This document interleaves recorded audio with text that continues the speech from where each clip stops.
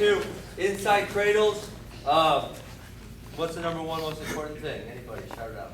Block. Elbows. Elbows in the right spot. So outside, inside, same thing. It's still on the neck and the knee. So when I lock it up, it's neck and knee. One of the things that a lot of people don't lock it up right is because they keep their chest too high.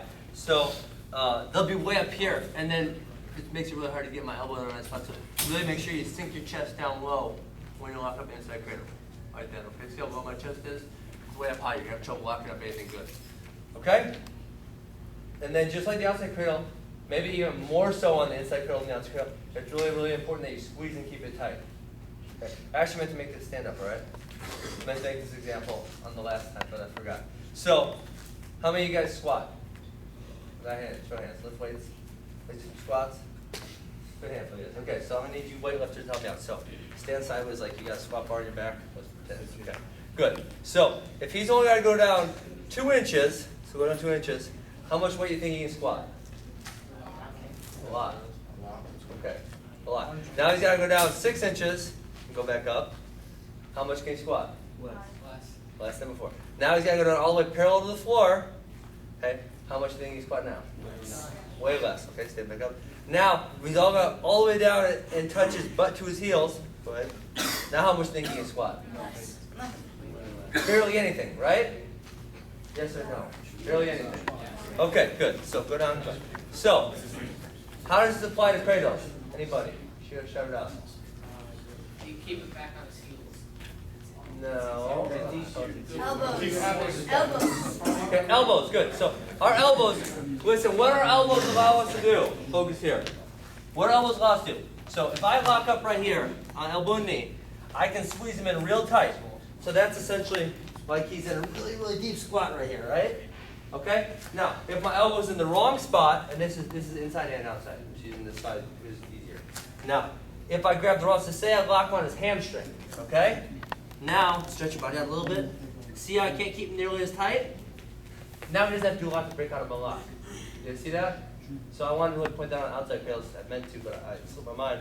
But it goes the same integral. So if we lock up on his hamstring, we can't bunch him up like that. If we can't bunch him up, he's so much stronger. If we can bunch him up, he's never going to get out of that little bunch we put him in. You guys get that?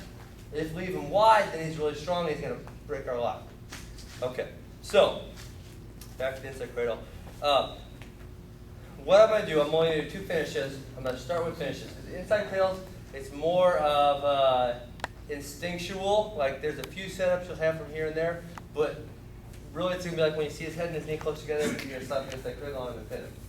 Okay? So there's not nearly as many setups or as distinctive of a setup as there was in the outside cradle. So show you finishes first. So I got my inside cradle here. First finish, I just drive him to his side, right there. Now, the slight difference I do, most people right here keep running into him, and then he can grab my legs and touch my legs and do all kinds of stuff. Okay? So what I do is I keep my hips low, I circle, circle, circle, and I pull him over. Okay? When I keep my hips that low, it lets him never ever get a hold of anything, and if he can't get a hold of anything, he's going to have a hard time fighting me off and stop me from doing what I'm doing. Now, the one thing that's going to stop you from actually turning him over is having the elbow in the wrong spot, so go down. So even if my elbow's off by just like this much, so that much right there, it's going to make a huge difference. So just watch this. And what's your name? James. James isn't even that powerful, but he'll probably be able to stop me from going over if I don't do this right. Okay? So, see how my elbow right now, it's kind of good, but see how it's about 2 or 3 inches off? Everyone see that? Now watch, if I'm here and I try to walk him over, see how it just doesn't work? See how it just slips loose with it? Now if I put my elbow in, he comes over real nice and easy for me. All right, got it? Drive him over, hips flat, circle on the head. 1, 2, 3.